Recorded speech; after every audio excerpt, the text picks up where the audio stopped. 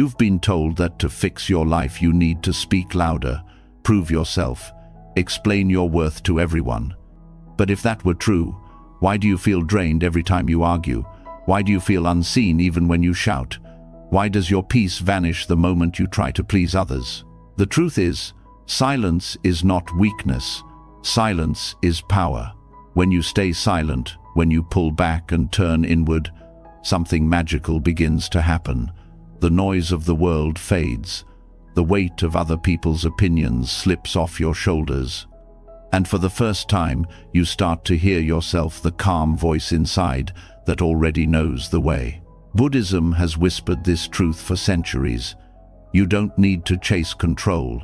You don't need to fight every battle. You don't need to convince the world of your value. You only need to focus on yourself. Because when you do, life rearranges itself. Problems untangle. People show their true colors. And everything that once felt stuck begins to fall into place. Tonight, as you hear these words, something inside you will shift. The restless energy will soften. The endless thoughts will slow down. And you will feel a strength that doesn't come from noise, but from silence. A strength that is unshakable. Tomorrow, you will wake with clearer eyes, lighter shoulders, and a heart that finally feels steady. This is not just an idea. This is a transformation waiting for you. Are you ready? When you stay silent and focus on yourself, a shift begins that words can never capture. What feels like emptiness at first slowly reveals itself as the deepest presence you have ever known. In that quiet, the weight of the world loosens its grip, and something inside begins to settle. The truth is that restlessness has never been your enemy. It has only been a signal, a force waiting to be transformed. And the very tool you have been avoiding, silence, is the doorway to turning that restless energy into clarity, wisdom, and strength. Restlessness is one of the most common human experiences. It lives in the tapping foot under the table, the endless scrolling on your phone, the urge to check, compare, or seek constant stimulation. It feels as though you are running towards something but never reaching it. Buddhism describes this as a form of suffering, a mind unable to rest in itself. Yet within this agitation lies the potential for transformation. Just as heat turns raw ore into pure metal, silence has the power to refine restlessness into wisdom. The process begins by seeing restlessness for what it truly is, unsettled energy. Too often we mistake it for a flaw, a sign that something is wrong with us, or that we need to fix life before peace can arrive. But restlessness is not proof that you are broken. It is proof that your mind is overextended. The more you chase relief through external stimulation, the more restless you become. The very act of running away keeps you trapped in the cycle. This is where silence enters as a form of alchemy. Silence does not force restlessness away. It does not demand perfection or control. Instead, it allows the restless energy to slow down naturally, the way muddy water clears once it is left untouched. The Buddhist texts often use this metaphor. When water is stirred, dirt rises and clouds it. When you stop disturbing it, the particles fall, and the water becomes transparent again. Your mind works the same way. In stillness, confusion settles, and wisdom surfaces without effort. It is important to understand that silence is not just the absence of sound in the outside world. True silence is inner quiet, the ability to stop reacting to every thought, opinion, or urge. Outer silence may help create the conditions, but it is inner silence that performs the transformation. You can sit in a forest with no sound and still feel restless. And you can sit in a noisy cafe, yet carry a deep quiet inside if you stop grasping at every distraction. When you allow silence to deepen, restlessness begins to reveal its layers. At first, it may appear as physical agitation, a racing heart, shallow breath, or a need to move. Beneath that, you may notice a restless mind, jumping from thought to thought, unable to focus. If you stay present without judgment, another layer appears. Restlessness is often covering emotions that have not been faced. Anxiety, regret, fear, longing, all hidden beneath constant movement. In silence, you give them space to surface. You no longer cover them with noise. Instead, you witness them, and by being witnessed, they begin to dissolve. This is not an easy process. The first stages of silence often feel unbearable because you encounter everything you have avoided. The noise of life is a shield against discomfort. When the shield falls, the raw restlessness rises. But here lies the alchemy. By staying with it instead of running, you discover that it changes. What felt like unbearable tension becomes manageable. What felt permanent reveals itself as temporary. The restless storm passes, leaving a clear sky in its place. Neuroscience supports what Buddhism has always taught. When you sit in silence and allow the mind to rest, the brain's default mode network, the circuit responsible for wandering thoughts, begins to quiet down. This creates space for deeper connections and insights to form. Creativity flourishes, problem-solving improves, and emotions settle. Silence literally reshapes the brain, turning restlessness into clarity. The transformation is not only mental, but also emotional. When silence becomes a habit, you begin to notice patterns that once controlled you. You see how much of your restlessness comes from craving approval, craving distraction, craving certainty. By not feeding these cravings with constant reaction, their grip weakens. You realize that you do not need every urge to be satisfied. This realization is freedom. It is the gold hidden beneath the mud. Buddhism speaks of equanimity, the balanced state where neither pleasure nor pain can disturb the mind. Silence trains equanimity. By sitting with restlessness without reacting, you learn to face life without being pulled in every direction. Instead of being a slave to impulses, you become an observer of them. This observer's mind does not suppress emotion, it simply refuses to be ruled by it. Over time, your inner gold shines more clearly, the wisdom of seeing life as it is, not as your restlessness demands it to be. This alchemy also changes how you relate to others. Restlessness often pushes people into arguments, over-explaining, or trying to control situations. Silence, on the other hand, shifts the dynamic. When you no longer rush to defend yourself, the tension dissipates. When you no longer need to prove, power shifts. People sense calmness in you, and it disarms their aggression. This is not passivity, it is mastery. You discover that silence speaks louder than words ever could. On a deeper level, silence transforms your relationship with time. Restlessness is often tied to the future or the past, worrying about what might happen, replaying what already did. Silence roots you in the present. It shows you that peace exists only now, in this moment. The more you practice, the more natural it becomes to rest in the present instead of running from it. This presence itself is inner gold because it frees you from the endless chase. But silence must be practiced, not only admired. It begins with small steps, pausing before you react, breathing before you speak, taking a moment each day to sit without distraction. These moments accumulate. Each pause is like a drop of clear water poured into the muddy bowl. Over time, the whole bowl clears. Silence becomes less of an effort and more of your natural state. The fruits of this transformation reveal themselves gradually. You may notice you are less reactive in conflicts. You may find that anxiety softens without needing constant solutions. You may see opportunities arise that were hidden when your mind was clouded. This is not coincidence. This is the natural alignment that silence creates. When restlessness no longer clouds your perception, you see the world more clearly, and clarity guides you toward wiser choices. The path of silence does not remove challenges.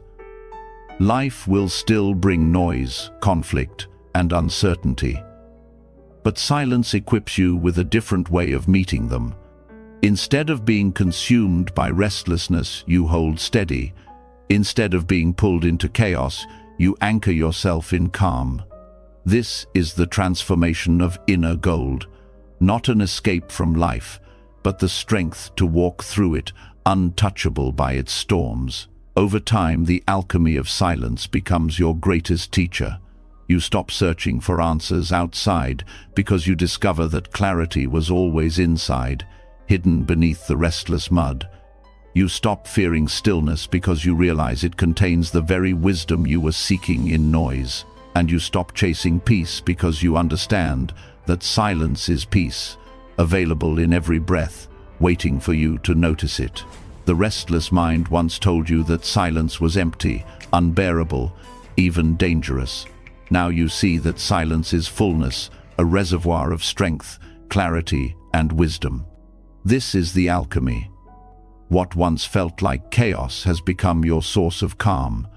What once seemed like weakness has revealed itself as power. And in this power, everything begins to fall into place. The alchemy of silence shows that peace is not something to be chased outside, but uncovered within. Once you see that restlessness softens when left alone, a deeper truth begins to surface.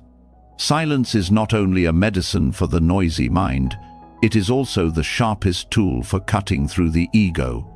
Because beneath agitation sits another force that keeps people chained to suffering, the constant need to defend, to justify, to prove. And the moment you learn to remain silent instead of feeding this urge, you touch freedom that the ego can never reach. The ego thrives on reaction. Every time you defend yourself in anger, every time you explain yourself to seek approval, every time you justify choices just to protect an image, you are building walls around yourself. The mind constructs these walls from words, stories, and identities. And the more you engage in reaction, the thicker the walls become. Silence works differently. Silence does not fight the ego head-on. It simply stops supplying it with bricks. Without constant fuel, the structure weakens, cracks appear, and in time it dissolves. This is why the greatest masters often taught not through arguments, but through stillness. The Buddha was questioned, criticized, even provoked, yet often he remained silent. That silence was not avoidance, it was power. By refusing to react, he refused to step into the trap of egoic entanglement. He showed that strength is not found in shouting the loudest, but in the refusal to be moved by provocation. Non-reaction dissolves the battlefield itself. Ego lives on comparison. It wants to be right, superior, admired. Every time you react defensively, you are unconsciously agreeing to play the game of comparison. Silence breaks this cycle. When you do not react, there is no game. Without reaction, the other person is left only with their own words, their own projections. You no longer carry them. And when you stop carrying them, you stop building karma out of them. Karmic entanglement begins when one reaction meets another, creating a chain of cause and effect that stretches far beyond the present moment. A single harsh word invites another. An argument plants seeds of resentment that sprout days, months, even years later. Non-reaction cuts the chain. Silence acts like a blade that stops karma from multiplying. What could have been a storm ends as a passing cloud. It takes discipline to choose silence over defense. The ego panics when left undefended. It fears being misunderstood, being unseen, being disrespected. Yet this fear is the very prison that keeps it alive. When you resist the urge to explain, you discover that misunderstanding is not fatal. When you let others misjudge you, you realize their judgment does not shape your worth. In the space where you would normally defend yourself, a new kind of freedom appears, the freedom to exist without needing anyone to validate you. Psychology echoes this truth. Defensive behavior strengthens identity attachment. The more you defend, the more rigid your sense of self becomes. But rigid identities are fragile. They crack under pressure because life constantly challenges them. Non-reaction keeps you fluid, adaptable. You no longer cling to a single version of yourself that must always be defended. You become light, free to grow, free to change. This practice also transforms relationships. Most conflicts are not about the issue at hand, but about the ego's refusal to let go. Arguments continue because each person feels they must win, must be right, must have the last word. When one person chooses silence, the cycle breaks. What was a battle turns into an echo chamber. The noise has nothing to feed on. This is not weakness, it is mastery over the subtle need to dominate. It is an act of compassion too, because it spares both sides the suffering of unnecessary conflict. Non-reaction is not suppression. Suppression is when you swallow anger but continue to burn inside. True silence is when anger does not find a hook to hang on. You notice the rise of emotion, you feel its pull, but you allow it to pass without expression or judgment. Over time, the waves of reaction lose their strength. This is how ego dissolves, not by force, but by the gentle discipline of letting go again and again. One of the strongest signs of ego is the obsession with being understood. We feel the need to explain our choices, to prove our worth, to justify our silence itself. Yet the more we chase understanding, the more tangled we become. Non-reaction shows you that being misunderstood is not a threat. When you no longer fear being misunderstood, you no longer live as a hostage to others' opinions. That is liberation. Spiritual texts often describe the ego as a thief. It steals your peace by demanding reaction. It convinces you that silence means weakness, that without defense you will be diminished. But when you practice non-reaction, you realize the opposite is true. Silence returns your power. Reaction scatters energy outward, while silence gathers it inward. With every unspoken defense, you grow stronger. With every unjustified choice, you become freer. Life constantly presents opportunities to practice this. A sharp comment from a colleague, a criticism from a loved one, a stranger's rudeness. In those moments, the ego demands immediate response. Yet if you pause, breathe, and let silence carry you, you will see the pattern. The anger that rises is not about truth but about ego needing fuel. And when you stop giving it fuel, the fire dies. Silence also protects your energy. Defending yourself consumes enormous amounts of mental and emotional strength. Justifying yourself to others drains your spirit. In non-reaction, you conserve that energy, redirecting it toward growth and awareness. Instead of wasting hours rehearsing arguments in your mind, you channel that power into presence, creativity, and compassion. The energy once trapped in ego now nourishes your true self. In Buddhist practice, this is closely tied to the principle of right speech. Silence is not just the absence of harmful words, it is the foundation of wise words. Only when you stop reacting blindly can your speech emerge from clarity rather than ego. By holding silence first, you ensure that when you do speak, your words are free from the chains of defense and filled instead with wisdom. Another hidden gift of non-reaction is that it reveals the illusions of control. The ego reacts because it believes it can shape how others see you, how situations unfold, how outcomes align. But reality is larger than that. Others' perceptions are beyond your control. Outcomes are beyond your grasp. Non-reaction teaches surrender to what island, and in that surrender, the false power of ego falls away, replaced by the quiet strength of acceptance. Choosing silence over justification also rewires how you see yourself. The ego is built from stories about who you are, what you must protect, how you must appear. Each time you defend those stories, you reinforce them. But when you allow criticism or misunderstanding to pass without reaction, you weaken those stories. You realize that you are not the story at all. You are the awareness beneath the story, untouched by praise or blame. This realization dissolves karmic patterns as well. Many conflicts are not new, but repetitions of old wounds. The ego reacts because it carries unresolved impressions from the past. Non-reaction breaks these loops. By not engaging, you refuse to plant new seeds of resentment. Slowly the old seeds die without nourishment, and karma loosens its grip. The present moment becomes lighter, no longer burdened by echoes of the past. There is a quiet dignity in choosing silence, dignity not built on pride but on inner steadiness. You discover that your worth does not increase when people agree with you and does not decrease when they criticize you. Worth is not something that needs defense. It exists in the simple fact of your being. Non-reaction protects this dignity because it refuses to hand control of your peace to anyone else. The practice deepens when applied not only in conflict but also in daily life. When tempted to justify why you said no to an invitation, hold silence. When urged to explain your choices just to avoid judgment, hold silence. Every time you resist the pull to defend, you cut a thread of ego. Over time, these threads unravel completely, leaving you free.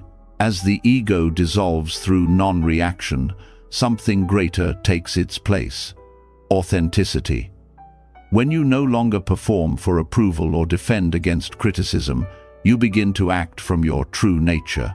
Your choices align with what feels deeply right rather than what will be accepted. Your presence grows lighter because you are not dragging the armor of constant defense. This is not only liberating for you but healing for those around you, because they no longer meet a mask but a soul. The journey of ego dissolution is not about erasing individuality, but about removing the false weight of identification. You remain unique, but no longer enslaved to the need to protect an image. Silence helps you live in truth without noise. Non-reaction frees you to be, without clinging to what others think that being should look like. And in this freedom, you discover the deepest gift, peace that cannot be shaken, and a self that is not a mask, but pure awareness. In the end, silence does not make you less. It strips away the layers that never belonged to you. It reveals what remains when defense and justification fall away. It prevents the endless karmic loops that keep suffering alive, and in its stillness you uncover a strength that words cannot touch. Non-reaction is not weakness. It is the dissolution of ego. It is the end of chains. It is the beginning of freedom. When silence begins to dissolve the ego, something deeper calls you forward. It is no longer only about holding your peace in moments of conflict or choosing non-reaction when provoked. The path now invites you to live silence as a discipline, not an occasional practice. This is what the Buddha referred to as noble silence, a silence that is not merely absence of speech, but the presence of awareness, restraint, and clarity. To walk with noble silence in daily life is to bring the wisdom of stillness into every environment, whether at work, with family, or in ordinary routines, so that silence is not a retreat you visit, but a way of living you embody. Noble silence is not muteness. It is not cutting yourself off from the world or refusing to speak at all. Instead, it is the deliberate choice to withhold words that do not serve clarity, compassion, or truth. In retreats, practitioners are guided to remain silent for days so that the mind may settle. Yet the true challenge is carrying this silence into daily interactions, where temptations to speak unnecessarily surround us. Every workplace discussion, every family gathering, every casual exchange offers a test. Do you speak from clarity, or do you fill the air with words that clutter? The discipline begins with awareness of speech. In most conversations, people talk not to communicate, but to release tension, to avoid discomfort, or to seek validation. Words become noise. Noble silence asks you to watch this impulse. Before speaking, you pause and ask, is this necessary? Is it kind? Is it true? Is it timely? When the answer is no, you allow silence to remain. This restraint conserves energy and sharpens the value of your words. In the workplace, this practice transforms communication. Meetings often overflow with people speaking to prove they are involved, defending their image with constant commentary. Noble silence allows you to step back. When you speak, only when your words add clarity, your voice carries more weight. Others notice that when you choose to speak, it matters. The discipline of silence also makes you a better listener. Instead of preparing your response while others talk, you hear with full attention. This deep listening not only prevents misunderstandings, but also builds respect. Families present another challenge. In close relationships, the temptation to correct, defend, or comment is constant. Silence here does not mean withdrawing affection. It means choosing not to feed unnecessary conflict. When an argument rises, noble silence gives space for emotion to settle instead of escalating with reactive words.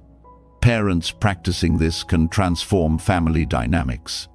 A child who expects anger but receives calm silence learns that restraint is more powerful than shouting. A partner who expects defense but meets patience feels seen rather than opposed.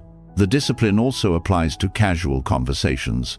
Gossip, criticism, and idle chatter may seem harmless, but they scatter the mind and create karmic entanglement.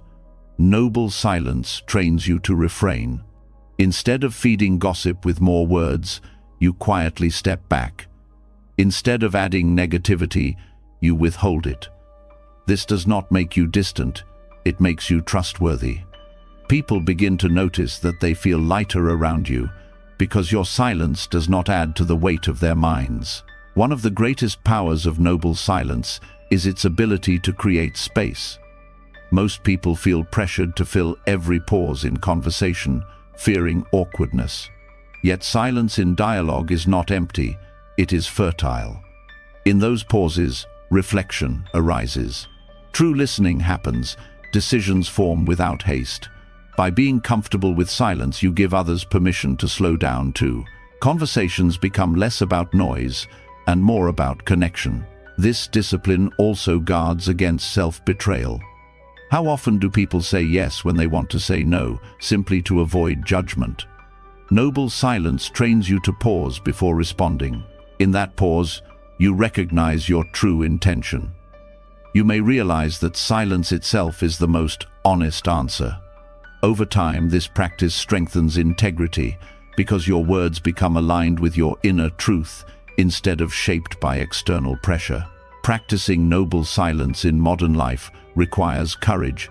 Society often equates silence with weakness or lack of knowledge. But the one who remains silent with awareness demonstrates greater strength than the one who reacts compulsively.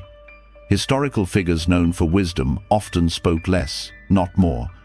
Their silence created gravity, making each word rare and valuable. In your own life, this same gravity emerges when silence becomes your foundation. Technology poses another obstacle. Constant notifications and online chatter feed the impulse to react instantly. Noble silence can be applied here as digital discipline. You pause before posting, before replying, before adding another voice to the noise. You ask if your words bring clarity or if they merely feed distraction. By choosing restraint, you protect your mind from being scattered by endless digital noise. Noble silence also refines thought itself. When you stop speaking unnecessarily, you notice the endless stream of inner dialogue.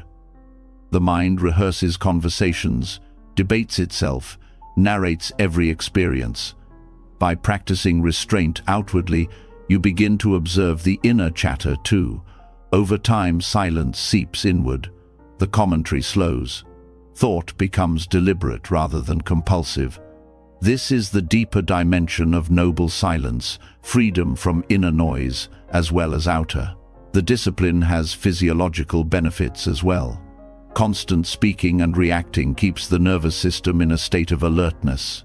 Silence allows the body to return to balance. Heart rate slows, breath deepens, tension softens.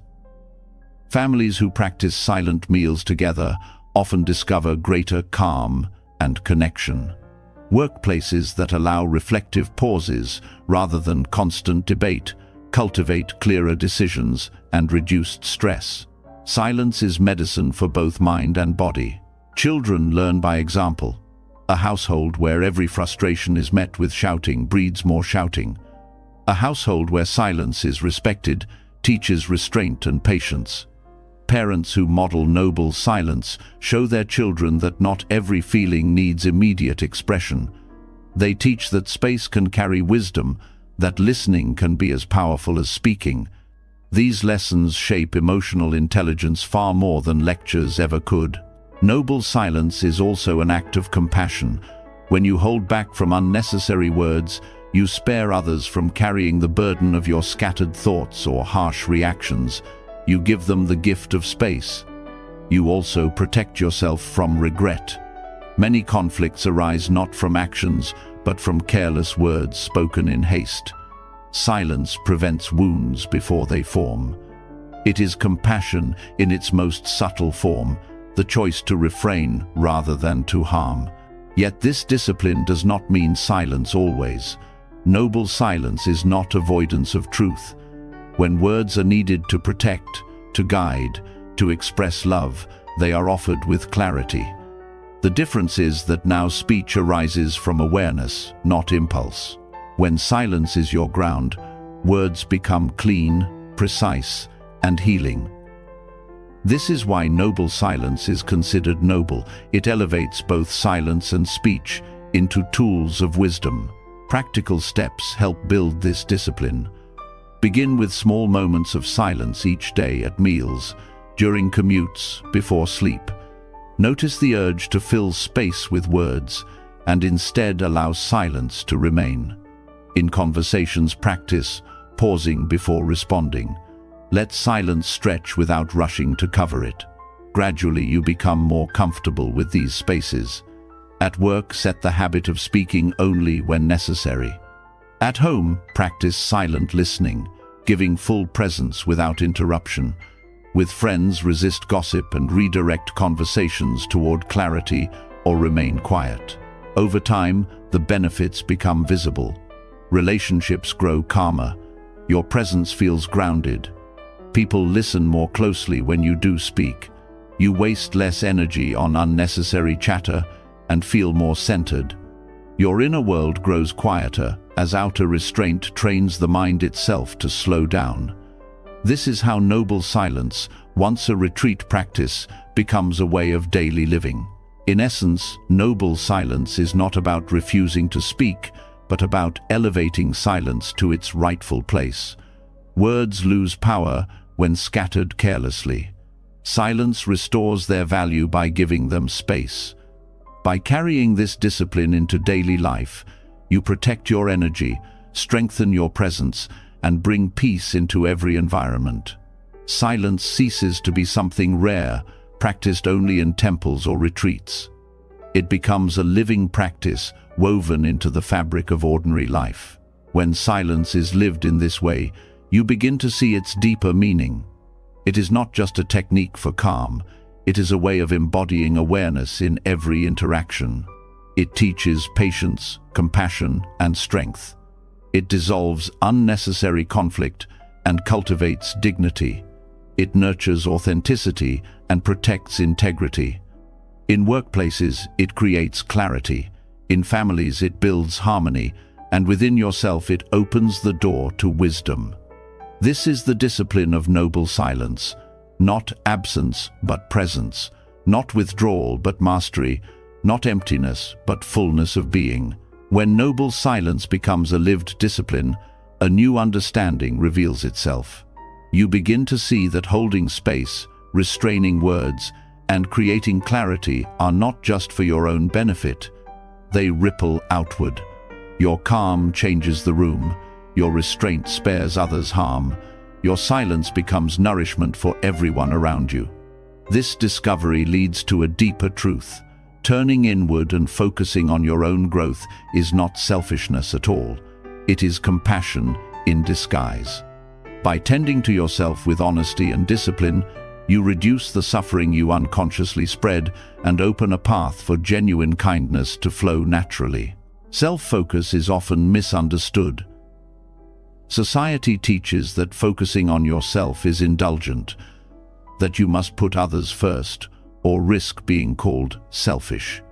Yet what happens when you ignore your own needs, neglect your inner growth, or deny your healing? You carry unresolved wounds into every interaction. You pass your frustrations onto others without realizing. You speak from exhaustion instead of clarity. You react from pain instead of peace. What seems like selflessness often becomes hidden harm. Compassion begins within. If your mind is restless, your heart wounded, your body depleted, what can you truly give others? Even your most sincere intentions are clouded when you are not whole. By focusing on your own balance, you create a reservoir of peace that naturally spills outward. When you heal yourself, you stop bleeding onto others.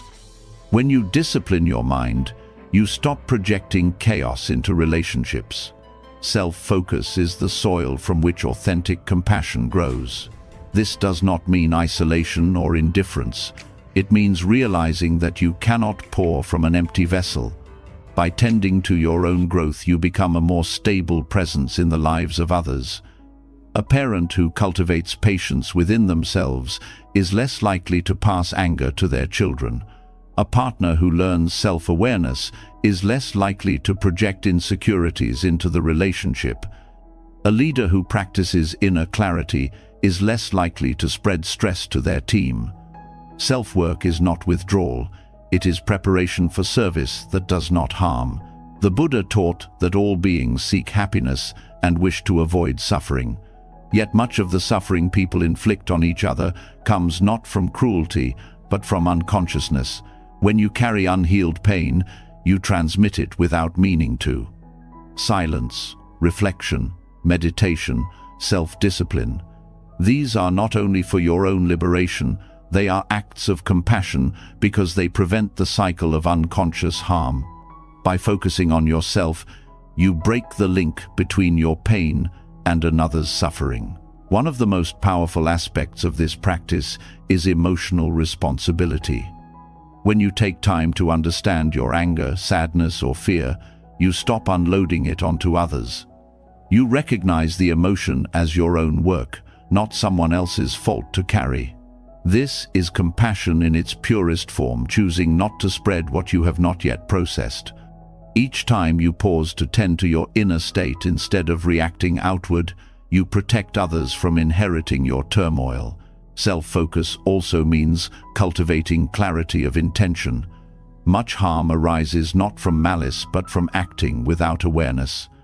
When you take time to reflect on why you act, speak, or give, you prevent false compassion, the kind that seeks validation or control disguised as kindness.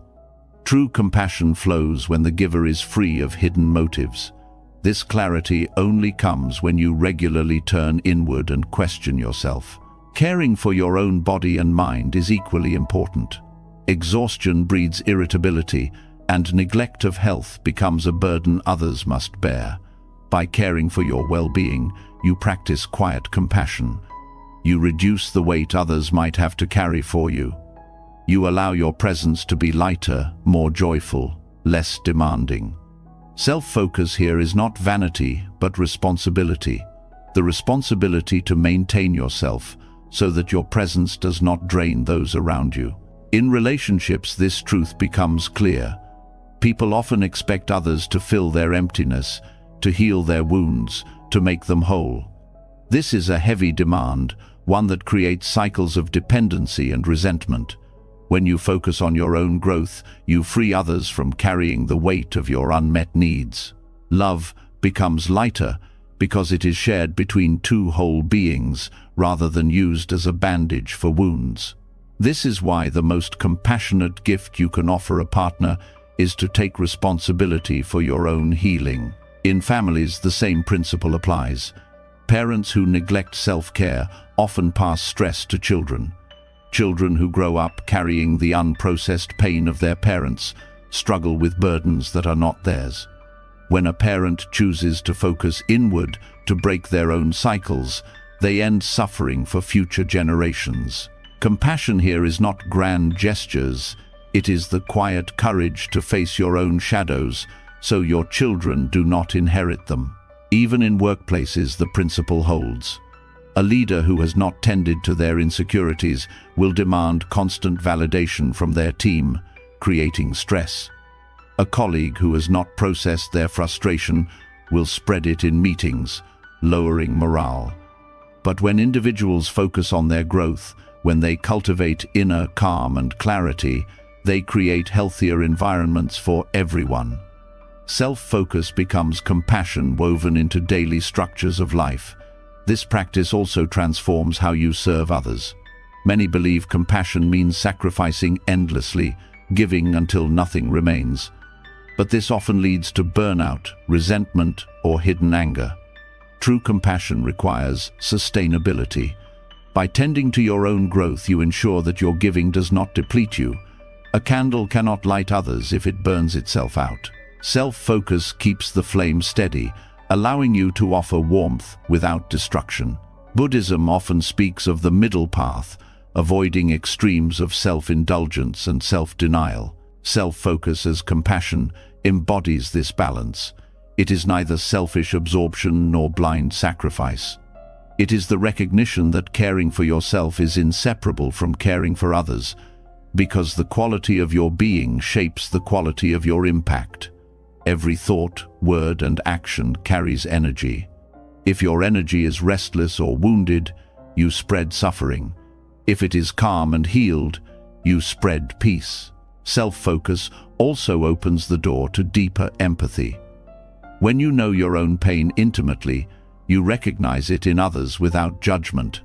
Your growth creates understanding.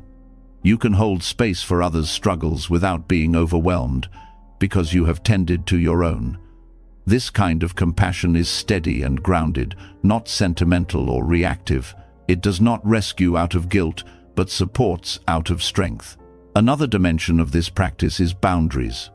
Without self-focus, people often give in ways that enable harm, saying yes when they should say no, tolerating what damages them. By focusing inward, you learn your limits. You see that saying no can be the most compassionate act because it prevents resentment and preserves integrity. Boundaries protect both you and others.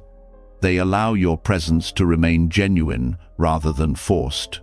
Meditation and reflection strengthen this path.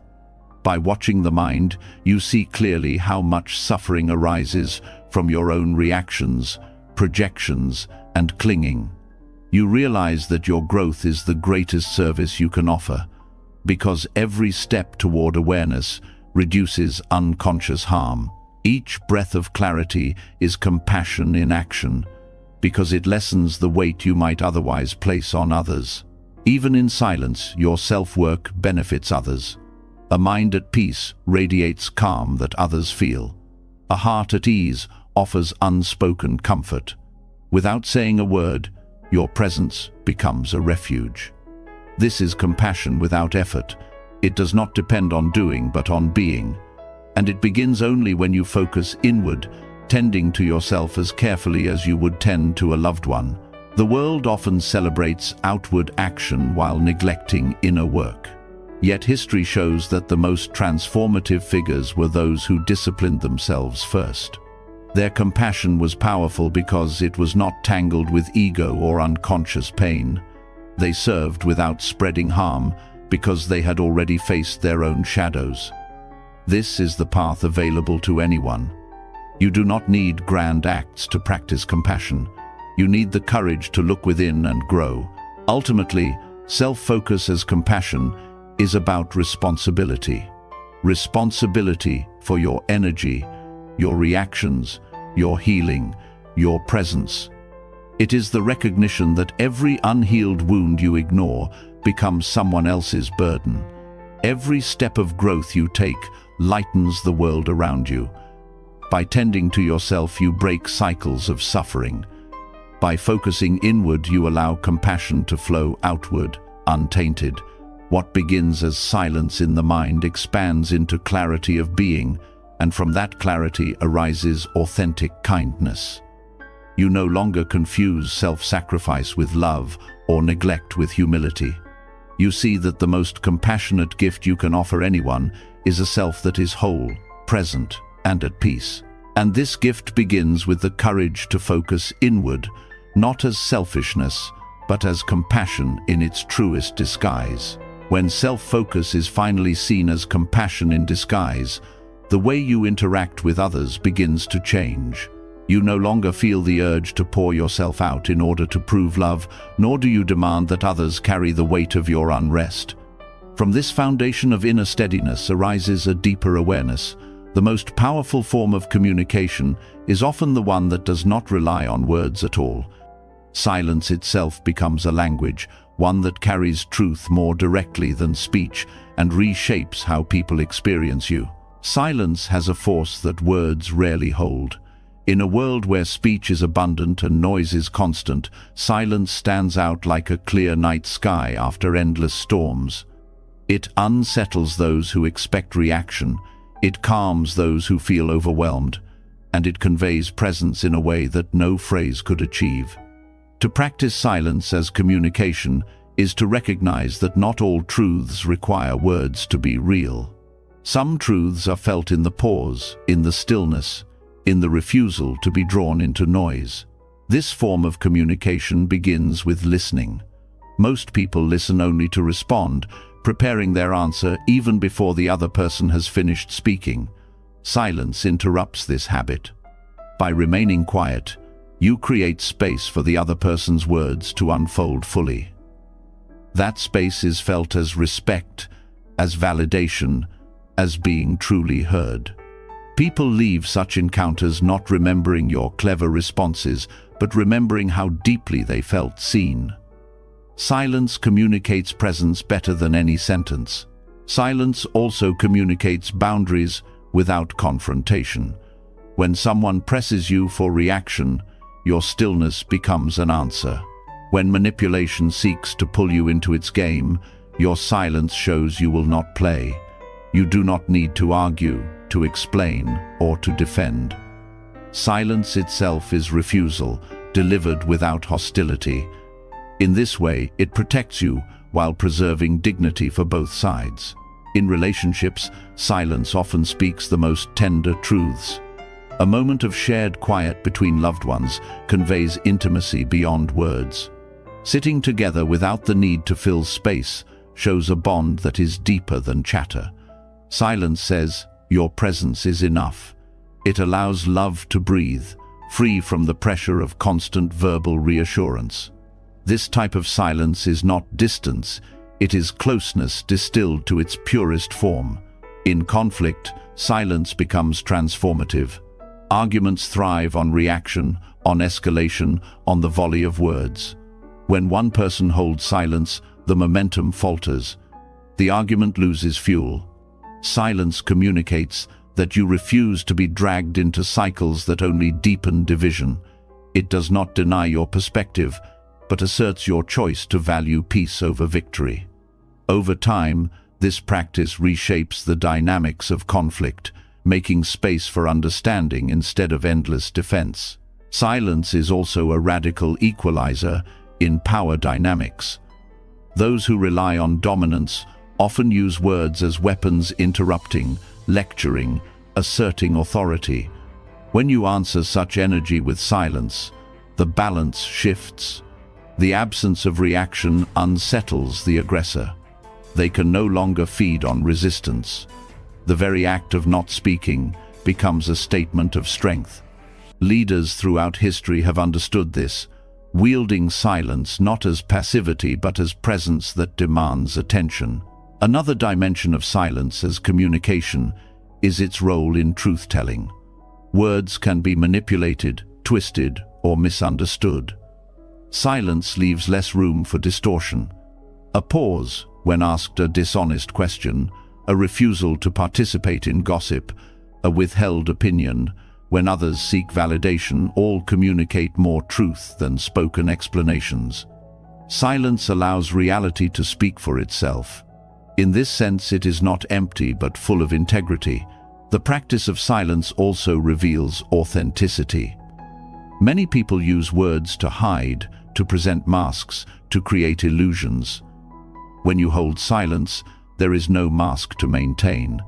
Your presence communicates itself without the shield of language. This authenticity is often felt by others, even if they cannot explain it. They sense honesty in your quiet, a transparency that words might otherwise cover. Silence is equally powerful in moments of grief and suffering. When someone is in pain, words often fail. Attempts to comfort can sound hollow or forced. Silence, however, holds space for their sorrow without trying to fix it. Simply being there, without commentary, communicates more compassion than any phrase could carry. The grieving heart does not need explanations, it needs presence. Silence is that presence, steady and unbroken. In daily life, silence enhances the value of your speech. When words are scarce, they are treasured. People lean in to hear what you will say because they know it will not be wasted. This is the paradox. By speaking less, you increase the impact of your speech. Silence communicates that your words carry weight, that they are chosen carefully. This changes how others respond to you. Silence also trains you to master timing. Communication is not only about content, but about when words are delivered. A well-placed pause can shift an entire conversation. It allows others to reflect, to reconsider, to process. Silence creates rhythm in dialogue, preventing it from becoming a stream of unchecked noise. Master communicators know that the pause is as important as the sentence. In families, silence can teach lessons no lecture could. A parent's quiet presence during a child's mistake can be more powerful than a barrage of scolding. It communicates disappointment without humiliation, guidance without anger. The child feels the weight of silence more deeply than words that could be dismissed. Silence, when offered with love, becomes a teacher. In workplaces, silence conveys authority. A leader who does not rush to fill every silence with talk is perceived as thoughtful, composed, in control. Their pauses suggest consideration rather than hesitation. Silence communicates that decisions are not made impulsively. This presence inspires confidence, while constant chatter often undermines credibility. Silence is also a radical tool for healing social dynamics. In cultures where voices compete for dominance, choosing not to add more noise can itself be an act of compassion. Refusing to fuel gossip, declining to escalate conflict, withholding judgment, these are silences that heal. They communicate values not through slogans, but through lived restraint. They reshape the environment into one of respect rather than chaos. There is another side to silence that is often overlooked: its ability to reveal truth in others. When you hold silence, others reveal themselves. In the absence of your reaction, they expose their own intentions, their own fears, their own projections. Silence acts like a mirror. It communicates without effort, simply reflecting back what is already present. In this way, silence becomes the sharpest tool of discernment. Silence as communication also nurtures humility. Words often serve the ego's need to display knowledge, to control narratives, to impress. By withholding speech, you let go of that need. You communicate that you do not need to dominate the space. This humility creates openness in others, making them more willing to share and connect. Spiritual practice deepens this understanding. In meditation, silence is not the absence of sound, but the presence of awareness. The same applies to communication. When your silence is full of presence, people feel it. It is not withdrawal, but attention sharpened to its purest point. You are there fully, and that fullness communicates more than any phrase. To live this in practice requires discipline. It means resisting the reflex to fill pauses, to explain unnecessarily, to react out of discomfort. It means trusting that silence itself is enough. In conversation, you may find silence difficult at first, fearing awkwardness. But with time, you see that silence is not awkwardness, it is depth. The discomfort dissolves as you recognize the richness it carries. When practiced consistently, silence reshapes your identity in the eyes of others. You are no longer seen as someone who wastes words or reacts impulsively. You are seen as someone whose presence speaks without noise, whose stillness carries meaning. This reputation builds respect without effort. It arises naturally from the discipline of silent communication. At its highest expression, silence becomes a spiritual transmission. Great teachers have often communicated their deepest truths, not through speeches, but through their presence. Students felt transformed simply sitting in silence with them. This is the ultimate form of communication, truth, carried not by sound but by being itself. And though few may reach this level, every step you take towards silence brings you closer to it. Silence as communication is radical because it refuses the world's demand for endless noise. It reshapes relationships by replacing reaction with presence. It shifts power dynamics by dismantling the games of ego. It deepens intimacy by creating space for connection without words. It heals by withholding harm and amplifies truth by refusing distortion. In silence, you speak a language older than words, a language everyone understands but few remember. To live this language daily is to carry a hidden power. You do not need to prove it, display it, or explain it. It radiates in the pauses, in the quiet, in the restraint. Silence communicates not emptiness but depth, not weakness but strength, not withdrawal but love. And when silence becomes your way of speaking, you discover that the world listens more closely than it ever did when you filled it with words. When silence is lived as a language, and not just an absence of sound, a profound realization begins to emerge. You see that communication without words carries truth more powerfully than endless speech. From here, the journey deepens further into a principle that seems almost contradictory: the paradox of non-doing. Buddhism teaches that there is a strength in allowing rather than forcing, in releasing rather than clinging, in stepping back so that life itself can reorganize. What at first feels like inaction reveals itself as the deepest form of wisdom. Non-doing does not mean laziness or neglect. It is not indifference to responsibilities. It is a state where the constant need to control is dropped, where striving is replaced with trust, and where effort is guided by awareness instead of agitation. For most of us, restlessness shows up as the urge to fix, to interfere, to manage outcomes beyond our reach. The paradox is that this grasping rarely creates harmony, it often multiplies chaos. By learning to rest in non-doing, life begins to unfold in ways that grasping could never achieve. The roots of this teaching lie in the understanding of impermanence. Everything in life is already in motion, already shifting. Rivers flow without your command, seasons change without your effort. The body breathes and heals in its own rhythm. When you interfere constantly, you fight the natural current. Non-doing is not passivity, but alignment with this current.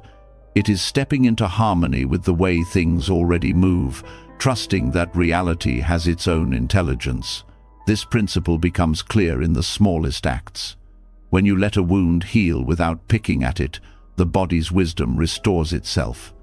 When you stop chasing sleep and simply rest, the body drifts into slumber on its own. When you stop forcing a solution to a problem, clarity often arises unexpectedly, in a quiet moment, without pressure. These examples show the paradox. By not grasping, by not striving, you create space for resolution. Non-doing allows natural intelligence to take over. The ego struggles with this because it thrives on control. It believes that without constant effort, life will collapse. But the opposite is true. Constant control tightens knots. Non-doing loosens them. The mind that stops interfering discovers that things have a way of resolving when given space. This is why many of life's breakthroughs occur not in moments of struggle, but in moments of rest, on a walk, in meditation, in silence. The paradox is that stepping back often moves you further than pushing forward. In relationships, non-doing plays a transformative role. Many conflicts persist because each side pushes harder, trying to change the other. The harder the push, the deeper the resistance. When one person practices non-doing, no longer demanding, no longer pressing, space opens. In that space, change becomes possible. Sometimes it is not words or persuasion that heal relationships, but the quiet release of control. Allowing another to be as they are can dissolve tension more effectively than years of argument. The same principle applies to personal growth. Modern culture glorifies constant striving, self-improvement as endless effort. But true growth is not about piling more onto yourself. It is about shedding what is false, letting go of what no longer serves. Meditation itself is a practice of non-doing. You sit, you breathe, you stop chasing. And in that stillness, layers fall away. You grow not because you force growth, but because you allow your deeper nature to surface. Non-doing also shifts your relationship with time. Striving makes you rush, always pushing toward the next milestone. Non-doing brings you into presence. You see that each moment has its own completeness, that you do not need to hurry to arrive elsewhere. This presence is not idleness, it is a fullness of being here and now. The paradox is that by ceasing to chase the future, you actually prepare yourself best for it. Every wise decision is born not from panic, but from presence. One of the greatest challenges is applying this to ambition. People fear that without striving they will lose success, that non-doing means giving up on dreams. But Buddhism does not deny effort, it refines it. Effort that arises from ego's grasping is exhausting and narrow. Effort that arises from non-doing is natural, effortless in quality, because it aligns with conditions rather than forcing them. You plant seeds, you water them, but you do not tug at the sprouts to make them grow. The growth happens on its own. In daily life, this practice can be subtle. Non-doing might mean pausing before sending a message, giving space for clarity instead of reacting instantly. It might mean stepping back from a heated debate, letting silence cool the fire instead of fueling it. It might mean taking a walk when stuck on a problem, trusting that solutions come when the mind is not strangled by pressure. Each act of non-doing is a reminder that life has its own rhythm, and you are not separate from it. The paradox extends to compassion as well. Helping others does not always mean intervening. Sometimes the most compassionate act is to step back, to allow someone their space to struggle and grow. Overhelping often weakens rather than strengthens. Non-doing communicates trust in their ability to find their way. In this sense, non-doing is not abandonment, but respect for the natural unfolding of another's path. Non-doing also dissolves anxiety. Much of anxiety comes from over-management, from trying to control outcomes that are not in your hands. By releasing this habit, you reclaim peace. You recognize that certain currents are larger than you, and your role is not to control but to navigate. This acceptance is not defeat, it is liberation. Anxiety weakens when you stop trying to dominate what cannot be dominated. The body teaches this lesson naturally. Breath flows without effort. Digestion occurs without command. The heart beats without instruction. Life sustains itself through countless acts of non-doing. When you align with this truth, you live with less resistance. You realize that the same intelligence guiding your breath is guiding the larger flow of your life. Trusting it is not neglect, but wisdom. Art and creativity thrive on this paradox. Many artists speak of breakthroughs arriving not during forced effort, but in moments of rest, when they stop pushing. Writers find clarity after stepping away from the page. Musicians hear melodies in silence. Creativity is the fruit of allowing, not of clinging. Non-doing opens the channel for inspiration to flow. Nature embodies this wisdom fully. Trees do not strain to grow. They rise naturally toward the sunday. Rivers do not force their path. They carve it patiently through persistence. Flowers do not hurry to bloom. They open when the season is right. Non-doing is written into every part of existence. To practice it is not to reject effort, but to align with the natural pace of things, trusting timing rather than forcing it. Meditation deepens this understanding. When you sit and release the compulsion to manipulate your experience, you witness how thoughts, sensations, and emotions arise and pass on their own. Non-doing reveals impermanence directly. You see that clinging creates suffering while letting go reveals peace. This experience cannot be learned. Intellectually, it must be lived. In meditation, you discover that non-doing is not emptiness, but fullness, the richness of awareness unobstructed by control. Non-doing also has a moral dimension. Much harm arises from acting out of haste, from forcing decisions without clarity. By practicing restraint, you avoid planting seeds of regret.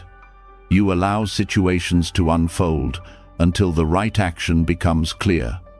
Non-doing is not inaction. It is waiting until action arises from wisdom rather than impulse. This patience prevents harm and deepens trust in yourself. In leadership, non-doing creates trust. A leader who micromanages suffocates growth. One who practices non-doing provides guidance, but allows space for others to act.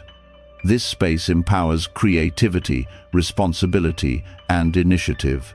Non-doing here is not neglect, but faith in the capacity of others. It communicates respect and cultivates strength in the community. The paradox also applies to healing. Emotional wounds often resist when forced. The harder you try to push away grief, the more it clings. The more you demand happiness, the further it recedes. Healing happens when you stop forcing and allow feelings to move at their own pace. Non-doing here is gentle patience with yourself, trusting that the heart, like the body, knows how to restore balance if given time and space. Ultimately, the Buddhist paradox of non-doing reveals a hidden strength. When you stop grasping, life takes care of much on its own. When you stop forcing, clarity rises naturally. When you stop interfering, harmony appears. What seems like inaction is in fact the most aligned action. It is not withdrawal from life, but participation in its deeper intelligence. Non-doing teaches that focusing on yourself does not always mean effort or striving. Sometimes it means stepping back, letting the current carry you, and discovering that the river already knows the way. To live this paradox is to live with trust. Trust that you are not separate from the flow of life. Trust that when you release control, you gain clarity. Trust that by doing less, you often achieve more. In this trust lies freedom. You no longer exhaust yourself chasing what will come in its own time. You no longer cling to control that was never yours. You rest in alignment, and in that rest, life realigns itself around you. This is the paradox the Buddha pointed to, that true strength is found not in grasping but in letting go, not in constant doing but in knowing when to allow. And in this way, non-doing becomes the highest form of wisdom, guiding you gently toward peace. When the paradox of non-doing begins to unfold in your life, something subtle yet extraordinary becomes visible. You notice that the greatest transformations are not found in the rush of effort, but in the stillness that allows things to align themselves. From here, the mind becomes sharper, able to witness not just the broad strokes of thought, but the spaces between them. It is in those brief intervals, the gaps where silence emerges, that karma loosens its grip. These micro-moments hold the power to dissolve cycles that have chained you for years, offering freedom in the most unexpected place, the quiet pause between one thought and the next. Most people live in an unbroken stream of thought, like a river that never rests. One idea pulls the next, one memory triggers another, and in this chain, reactions are born. Within those reactions, karma is continually created. A thought of anger becomes a word, the word becomes an action, and the action plants a seed that will return to you. Yet if the chain is broken, if silence enters even for a breath, the seed is not planted. The cycle dissolves before it begins. This is why the space between thoughts is sacred. It is the doorway out of unconscious repetition. Awareness is the key to noticing these spaces. Without awareness, the mind rushes past them, filling every gap with another distraction. But when you slow down, when you begin to rest in silence, you notice there is always a pause. After an exhale, there is a stillness before the next inhale. After a thought, there is a moment before the next arises. These moments are small but powerful. They are not empty voids. They are fertile ground where freedom can be born. The Buddha taught that karma is created when intention solidifies into action. But in the space between thoughts, intention has not yet hardened. You may feel anger arise, but if you rest in the pause, it dissolves before becoming speech. You may feel fear, but if you sit in the stillness, it passes before shaping your choice. This is how awareness in the gap dissolves karma. It prevents unconscious reactions from forming chains. Meditation reveals this directly. As you sit, thoughts arise again and again. At first you feel trapped, drowning in them. But with patience you notice the small silences between thoughts. You begin to rest there.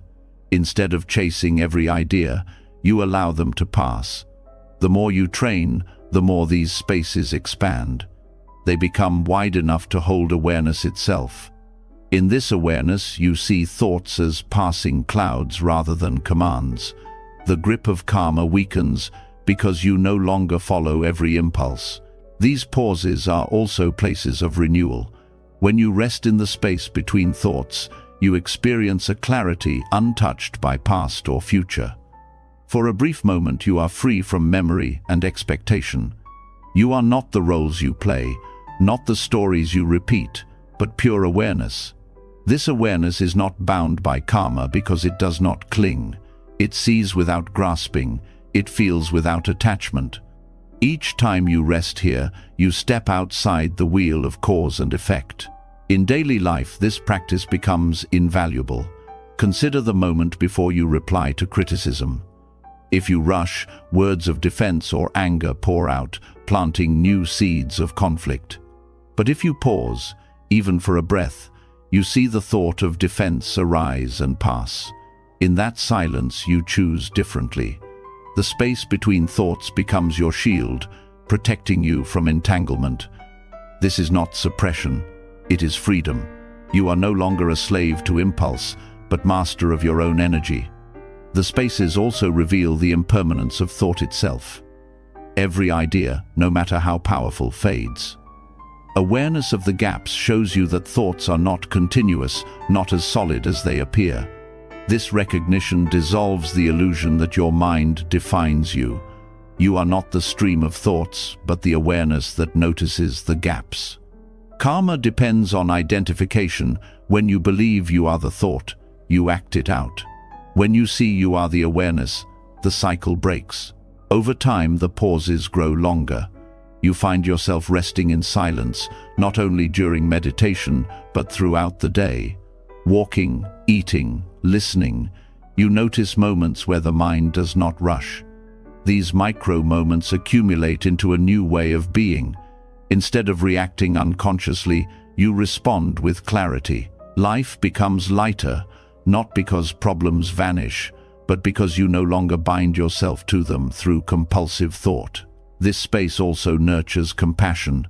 When you are caught in thought, you see only your perspective, your desires, your pain. In the silence between thoughts, you glimpse a wider view. You recognize others as sharing the same struggles, the same impermanence. Compassion arises naturally because the silence frees you from self-centered narratives. It is in the pauses that the heart opens, no longer blocked by constant mental noise. Science supports this ancient wisdom. Studies on mindfulness show that the brain's reactivity lessens when people learn to pause between stimulus and response. Neural patterns associated with anger or fear lose their strength when interrupted by awareness. This is the modern language of what Buddhism has always taught. The space between thoughts is where transformation begins. The pause rewires not only your mind, but your destiny. Even creativity is born here. When the mind stops its constant chatter, inspiration arises. Many great discoveries happened not during frantic thought, but during quiet moments of stillness. The space between thoughts is where intuition speaks. It is where deeper intelligence emerges, unblocked by noise. By resting in the gaps, you align with a wisdom beyond the limits of ordinary thinking.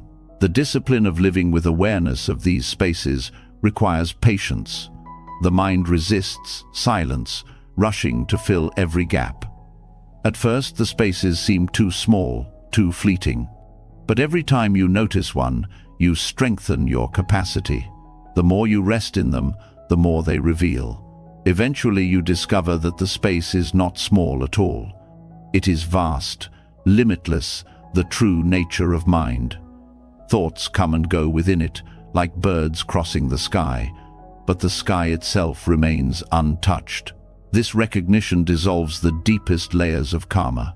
You see that your essence is not bound by actions of the past or fears of the future. Karma belongs to the movement of thought, to the patterns of reaction. But in the space of awareness, you are free. Each moment you rest there, you weaken the pull of old habits. Each pause becomes a liberation. Karma dissolves, not because the past changes, but because you no longer fuel it with identification. Living this way reshapes every aspect of life. Relationships grow calmer because you no longer react blindly. Work becomes clearer because you respond from awareness instead of stress. Even solitude feels different because you are no longer trapped in restless thought. You discover a peace that does not depend on circumstances, but on your ability to rest in silence. The space between thoughts is not a mystical idea. It is a practical refuge available at any time. A breath before speaking, a pause before acting, a moment of awareness in the midst of daily noise. These are the gateways. Each one prevents the creation of unnecessary karma. Each one dissolves cycles that would otherwise continue. The more you practice, the more natural it becomes, until silence becomes woven into your way of being. In the end, the greatest secret is simple. Freedom is not found in more effort, more control, more striving. It is found in the quiet pauses that life is already offering you. The space between thoughts is not nothing, it is everything. It is where awareness lives, where karma dissolves, where peace begins. To notice it is to step off the wheel of endless cause and effect and rest in the timeless ground of being itself. And the more you live from this space, the more life realigns itself around clarity, compassion, and freedom. When you begin to rest in the spaces between thoughts, the mind reveals its hidden architecture. You see clearly that silence itself is not a gap to be feared, but the foundation of freedom, the place where karma dissolves before it takes shape. Once this discovery has been touched, a deeper question naturally arises. If silence can free you from the prison of thought, what happens when you train the ear of the mind to listen not only to sound, but to the silence that surrounds it? This shift is the essence of listening to emptiness, hearing beyond noise, beyond words, into the vastness that holds everything yet clings to nothing. Listening to emptiness is not about rejecting sound, but about expanding awareness to include what sound arises from and what it returns to. Every note of music rests on silence. Every word depends on quiet to carry meaning. Every sound eventually dissolves into stillness. Yet most people focus only on the noise and miss the ground that gives it life. By learning to listen differently, you begin to notice that silence is not absence, but presence, a subtle fullness more profound than any sound could offer. The practice begins by shifting your attention during ordinary listening. When someone speaks, you hear their words, but you also notice the silence before and after each sentence. In music, you pay attention not only to melody but to the rests between notes, the pauses that shape rhythm. Even in the world's noise, there are always pockets of quiet, the hush between traffic, the stillness after a bird's call. Listening to these spaces changes perception. The world no longer feels overwhelming. It becomes balanced, sound and silence woven together as one. This training opens insight, because silence carries truths, sound cannot. Sound is transient, constantly arising and fading. Silence is steady, always present beneath the noise. When you listen deeply, you recognize that silence is the background of existence itself. It reveals impermanence directly. No sound lasts, yet silence remains. This recognition is not intellectual, but experiential. Each time you hear the stillness behind sound, you touch the timeless. Listening to emptiness also refines concentration.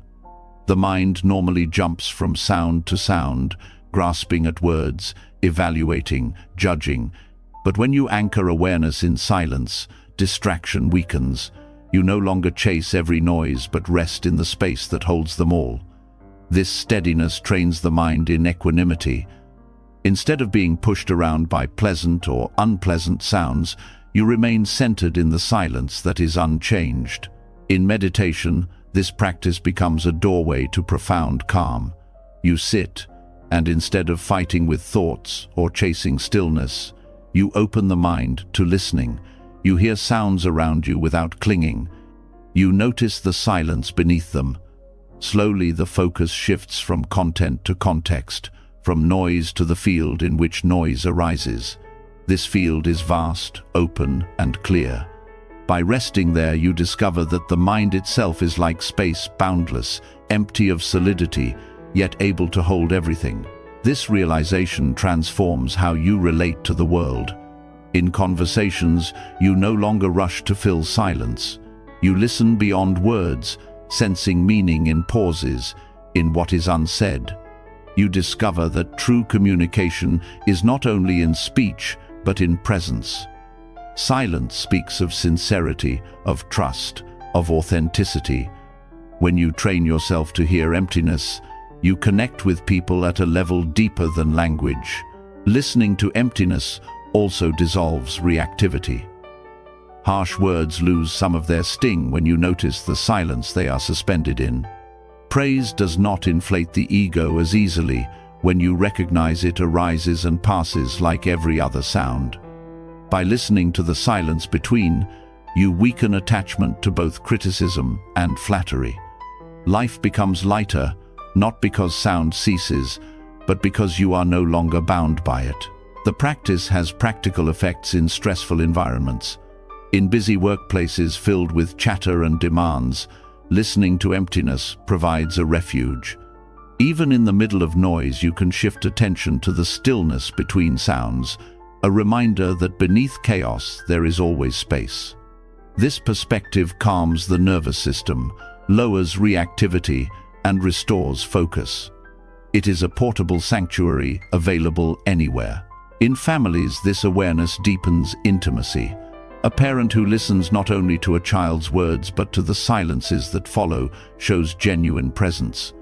A partner who allows quiet between conversations creates trust instead of pressure. Silence in relationships becomes a shared ground, a reminder that connection is not measured by words but by the depth of listening. Spiritual traditions across the world point to this truth. Mystics have long said that God, truth, or ultimate reality, is heard not in noise but in silence. The Upanishads call it the soundless sound, the vibration that underlies all creation. Zen masters point students to the sound of one hand clapping, a riddle that directs attention beyond the obvious to emptiness itself. Buddhism describes emptiness not as void but as openness, the condition that allows all forms to appear. Listening to emptiness is to train the ear of wisdom to perceive this openness directly. This training also reveals your own inner patterns. When you listen deeply, you notice how quickly the mind fills silence with its own commentary. Instead of letting silence be, thoughts rush in to cover it. By observing this habit, you recognize how uncomfortable the ego is with emptiness. It fears losing itself in the vastness. Yet by returning again and again to listening, you teach the mind to relax. Slowly it learns that emptiness is not loss but freedom. Listening to emptiness is a form of letting go. You stop chasing meaning in every sound and instead rest in the awareness that holds it all. This release creates clarity. Insights arise not from constant analysis, but from the stillness between. Solutions come, creativity blossoms, and intuition awakens in the quiet space you have learned to notice. In practical terms, you can train this skill in simple ways.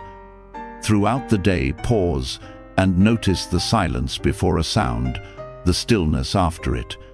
When listening to music, shift attention to the rests as much as the notes. In conversations, practice being fully present without rushing to reply. At night, notice the quiet that wraps around the world as you fall asleep. Each practice strengthens the mind's capacity to hear beyond noise into the deeper presence of silence. Over time, this way of listening reshapes identity itself. You no longer define yourself by the noise of thoughts, words, or judgments. You recognize that, like sounds, identities arise and pass, but the silence beneath them remains untouched. This recognition is liberation. You are not the noise of your mind. You are the awareness that hears it, steady and unchanging. The more you live this practice, the more you sense silence even in noise. The city's chaos is punctuated by moments of stillness. Conversations carry pauses that hold meaning. Even the loudest environments rest on a ground of quiet. This realization dissolves the idea that peace requires external silence. True peace is the ability to hear emptiness everywhere, to find the stillness beneath sound, no matter the conditions. Listening to emptiness also cultivates humility. You realize that most of what is essential in life cannot be spoken. Love, presence, trust, truth. These are felt in silence more than expressed in words. By honoring silence, you honor what cannot be captured by language. You stop trying to dominate with speech and instead let presence speak. This humility deepens into wisdom. The more you train to hear silence, the more you understand impermanence and emptiness. Sounds pass, words fade, but silence remains. Everything arises and falls back into this openness. By living in awareness of it, you step closer to the truth the Buddha pointed to. That emptiness is not nothingness, but the boundless ground of being. Ultimately, listening to emptiness is listening to life itself. It is training the mind to notice what is usually overlooked, to value the invisible as much as the visible.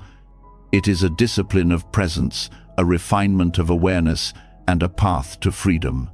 Each pause, each space, each silence becomes a teacher, and in hearing beyond words, you discover a truth that no words could ever fully express, that emptiness is not absence, but the very fullness of reality itself. When the practice of listening to emptiness becomes natural, you begin to sense that silence is not only a refuge, but also a mirror. The same quiet that reveals the stillness beneath sound now starts to reflect back what has long been hidden. In the absence of noise, distractions fall away, and what remains is the raw truth of your inner world. Solitude does not just soothe, it exposes. Silence begins to show you your unconscious shadows, the attachments you cling to, the emotions you suppress, the patterns of ego you deny. Most people avoid silence because of this very reason. Noise is easier. It covers the discomfort, drowns out the whispers of unresolved pain, and fills the space where uncomfortable truths might rise. But when you remove the layers of sound and activity, there is nothing left to protect you from yourself. The loneliness that surfaces in solitude is not emptiness, it is the first glimpse of the shadow. This is the part of the self that has been hidden, waiting to be seen. Hidden attachments often rise first.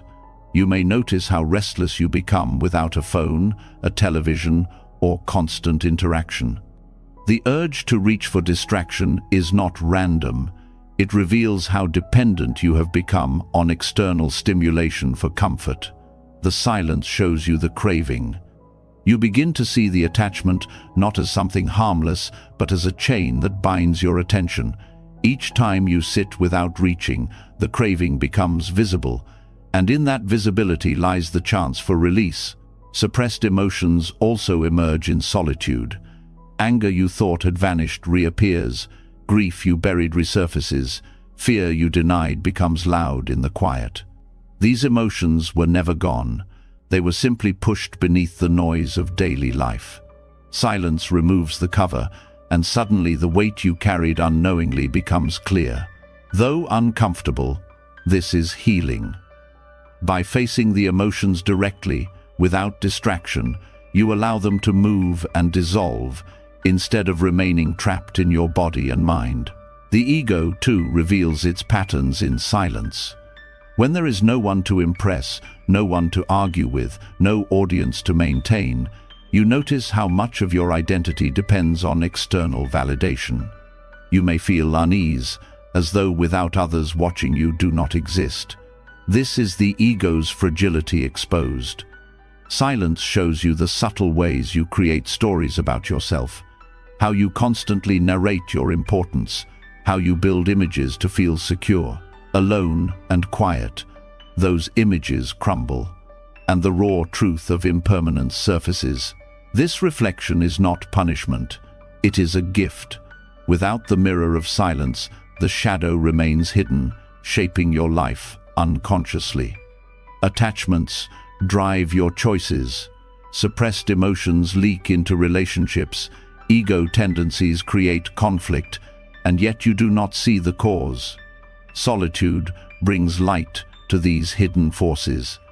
Once revealed, they lose their grip. Awareness itself begins the process of transformation.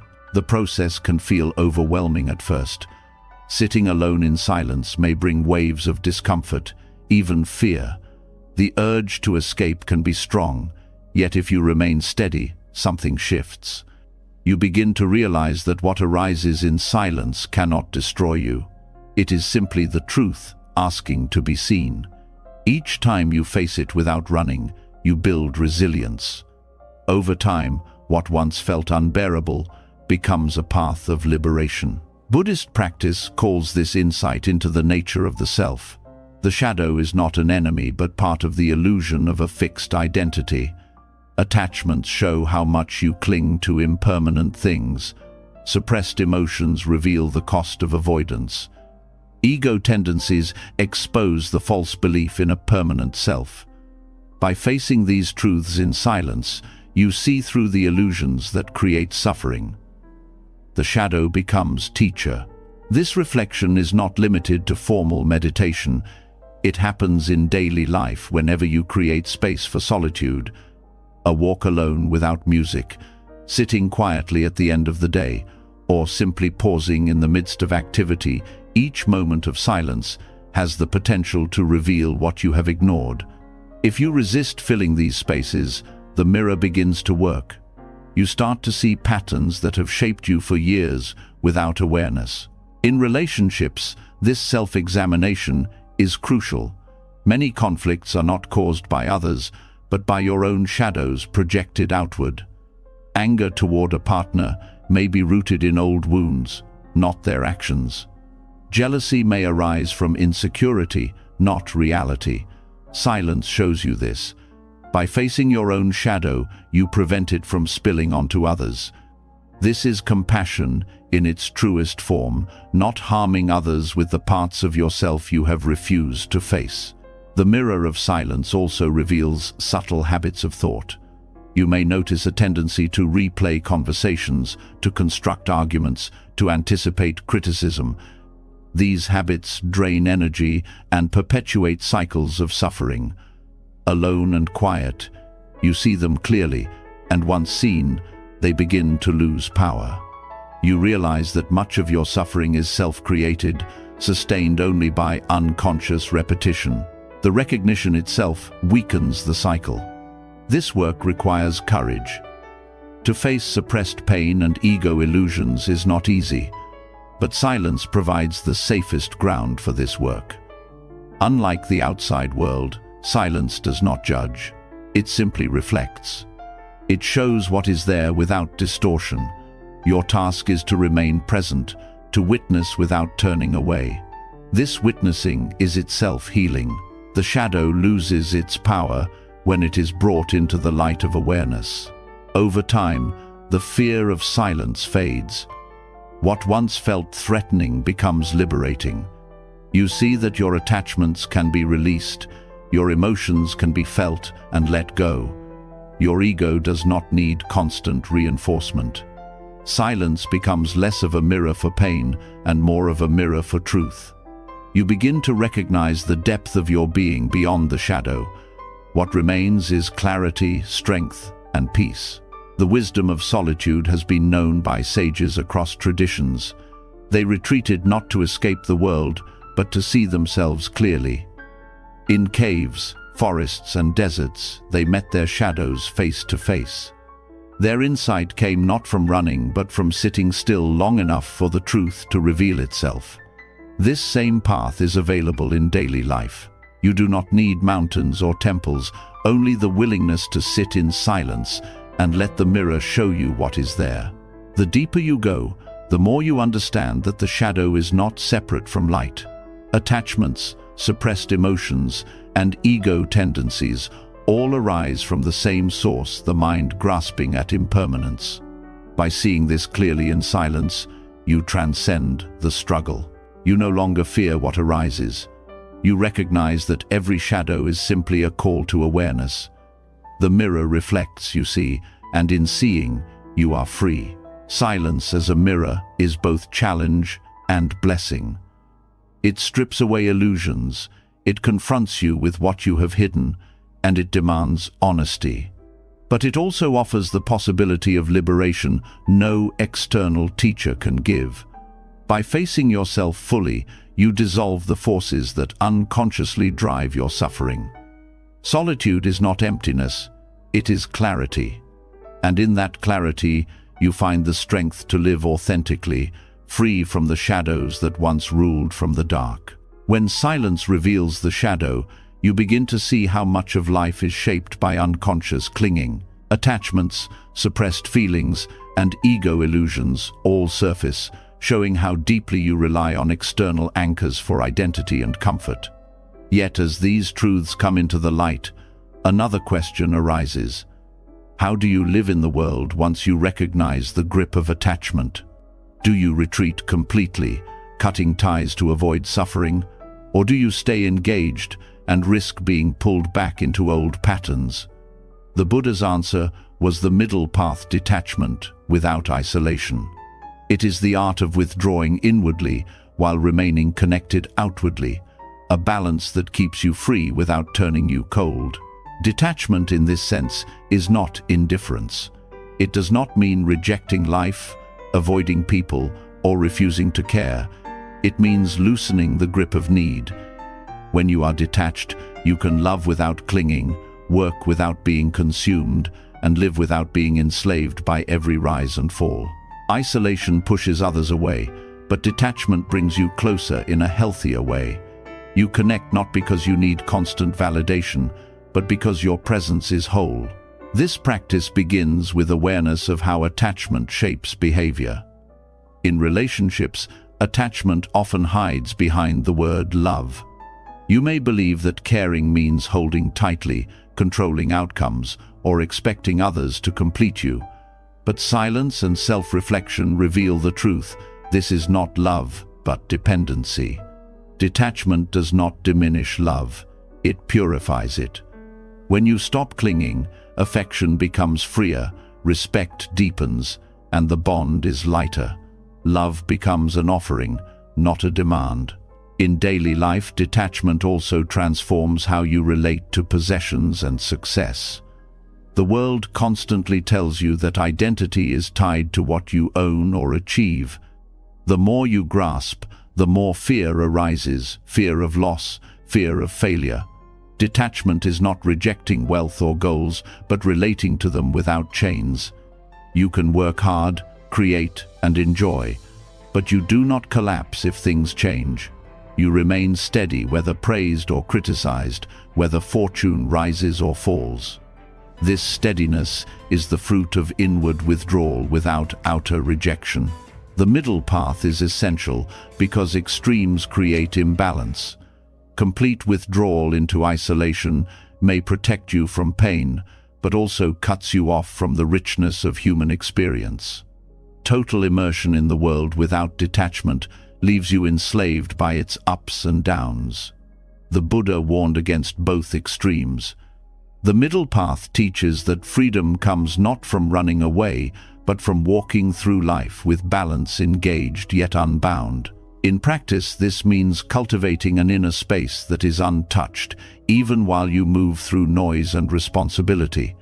Meditation trains this capacity. You learn to return to the center again and again, noticing thoughts, emotions, and external pressures without clinging. Over time, this calm begins to accompany you everywhere. In conversations, you are present but not reactive. In work, you are committed but not consumed. In relationships, you are loving but not dependent. This is detachment without isolation, lived in daily action. Detachment also changes how you face loss. When you are attached, loss feels like the end of yourself. You collapse because you had fused your identity with what is gone.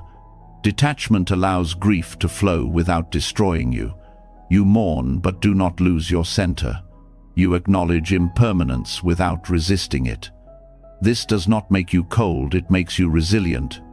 You can comfort others not by denying pain, but by showing that peace is possible even in the midst of it. In community, life detachment is equally vital. Social ties often pressure people into conformity, into adopting values and opinions simply to belong. Detachment allows you to remain part of society without being swallowed by it. You can participate without losing your voice, contribute without being enslaved by group identity. This balance allows compassion to flourish. You care for others not because you fear rejection, but because your connection is genuine.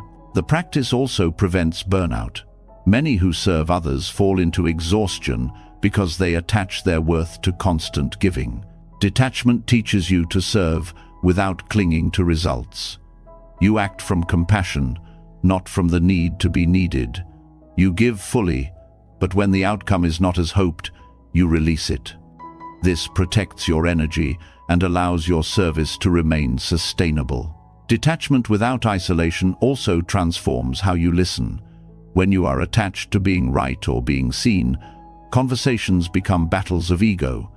With detachment, you hear others without needing to control their view.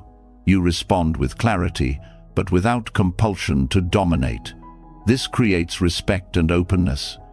Ironically, detachment allows deeper connection because it removes the noise of ego.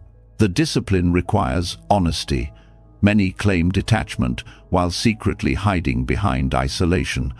They withdraw to avoid facing pain, masking fear as wisdom. True detachment faces life directly, without running. It stays engaged but free, compassionate yet centered. It requires courage to remain in the world without clinging to it. But each time you practice, you prove that freedom does not require escape. Buddhism describes this state as being in the world, but not of the world.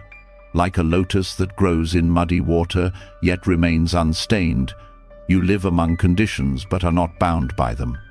This image captures the essence of detachment without isolation. The lotus does not reject the mud, it uses it as nourishment. Likewise, you do not reject society, relationships, or responsibilities. You grow through them, using them as the field where your wisdom blossoms. In practical terms, detachment without isolation can be cultivated through small acts. Begin by observing your emotional pull in everyday situations. Notice when you feel the need to control, to explain, to cling.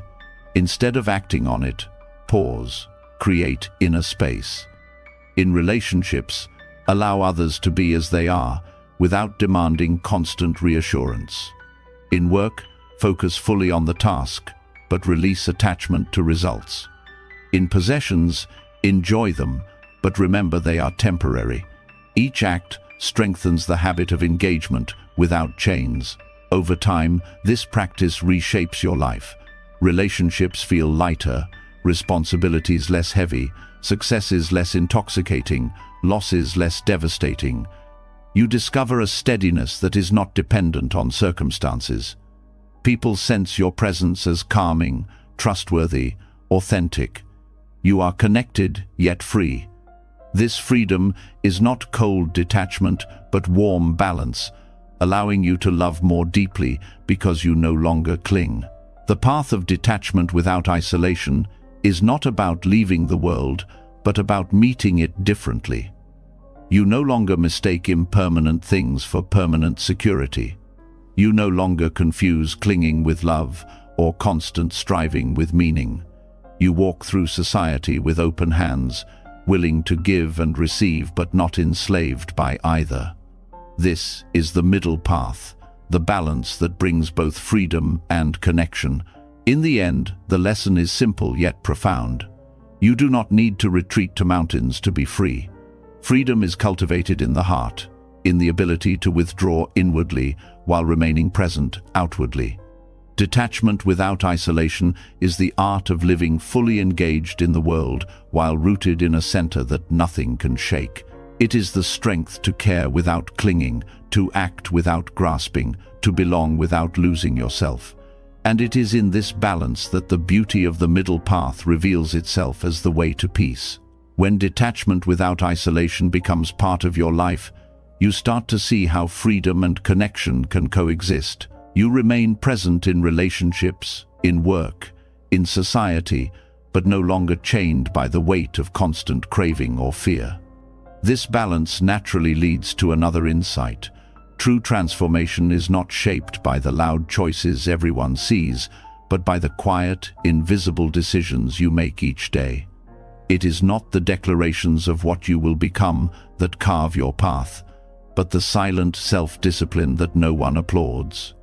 These unspoken choices, what you eat, how you spend your attention, what habits you cultivate, carry the subtle power to reshape your destiny in ways more profound than public promises ever could. The strength of unspoken choices lies in their consistency. Public resolutions may create excitement, but they fade when not backed by daily discipline. The food you choose at dinner, the way you begin your morning, the thoughts you allow your mind to linger on, these are the true architects of your future. They are quiet, often unnoticed by others, but they build momentum that over time becomes unstoppable. Like water carving valleys through mountains, small, consistent actions reshape the landscape of your life. Diet offers a clear example. Every bite is a choice that communicates to your body. Food is not only fuel, it is a message, telling your system whether to strengthen or weaken, to restore or inflame. You do not need to announce your diet to the world.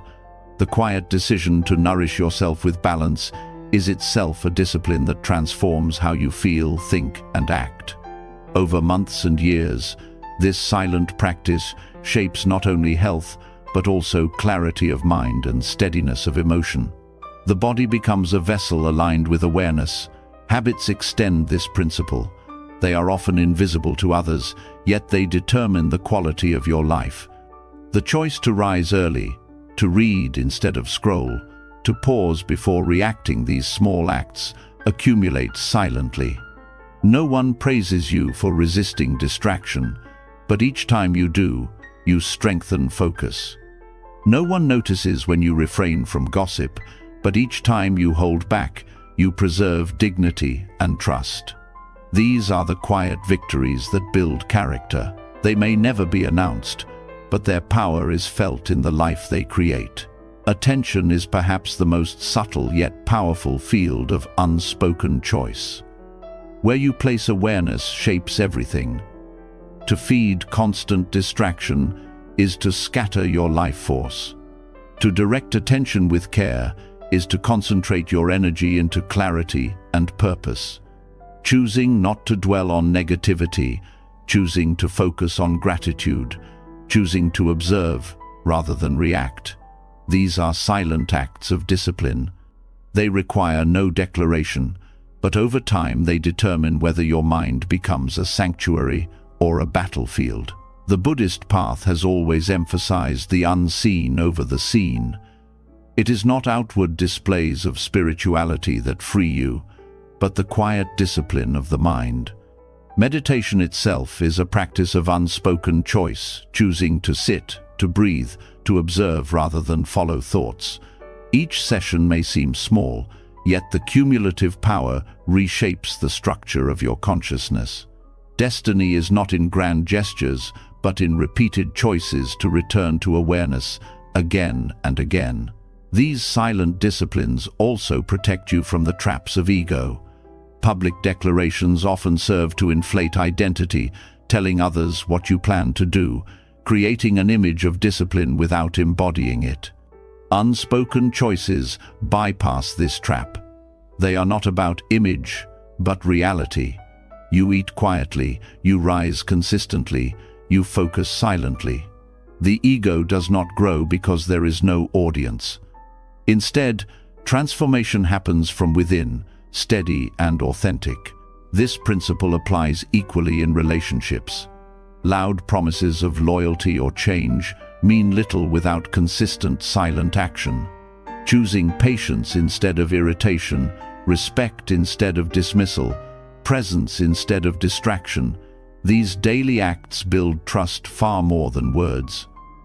Over time, the quiet strength of your choices becomes evident. Relationships do not thrive on dramatic declarations, but on the invisible fabric woven from unspoken discipline. The power of unspoken choices also lies in their alignment with impermanence. Life is built from moments, not from occasional grand events. By tending carefully to each moment, you align yourself with reality. Every bite, every breath, every thought becomes an opportunity to shape the future. This mindfulness transforms destiny not through control but through steady presence. The cumulative weight of small, silent choices carries more force than the fleeting spark of dramatic announcements. History shows that great lives were built not only on public acts, but on unseen discipline. Philosophers, monks, leaders, and artists cultivated habits in solitude that no one witnessed. Their greatness was not the product of sudden inspiration, but of countless silent choices aligning over years. This pattern is available to anyone. You do not need recognition to transform your life. You need discipline in the unseen moments when no one is watching. These choices also reveal integrity. When you act in ways consistent with your values, even without witnesses, you build trust with yourself. You no longer need external validation because you know your strength comes from within. This self-trust is unshakable. It creates confidence that is calm rather than boastful, grounded rather than fragile. The quiet power of unspoken choices builds a foundation that no storm can erode. Unspoken discipline also cultivates humility. Because no one sees, there is no pride to inflate. The practice itself becomes its own reward. You choose well not for applause, but because you recognize the long-term effect on your life. This humility deepens your presence. People feel it not through what you say, but through the calm, steady energy you carry. The subtlety of these choices also teaches patience. Dramatic change often collapses under its own weight, but gradual, silent change endures. You learn to value progress measured in years rather than days. You discover that transformation is not about speed, but about direction. Each silent step sets a trajectory that reshapes your life without drama. Patience itself becomes a discipline, chosen again and again in the quiet. These choices extend beyond personal benefit. Silent self-discipline reduces suffering for others as well. When you eat mindfully, you become healthier and less dependent on others to carry your burdens. When you train your habits, you create a stable presence that calms those around you. When you discipline your attention, you respond with clarity instead of reactivity, protecting others from unnecessary harm. Silent choices ripple outward, shaping not only your destiny, but the lives of those you touch. The deeper lesson is that destiny is not an accident, but the result of thousands of choices, most of them invisible. Each one is a seed planted in the soil of your life. Public words may impress for a moment, but seeds are planted in silence. The harvest comes from what you choose in private, not what you declare in public. This truth is both empowering and humbling. It places responsibility in your hands at every moment. Buddhism teaches that liberation itself is cultivated through countless small acts of discipline, ethical choices,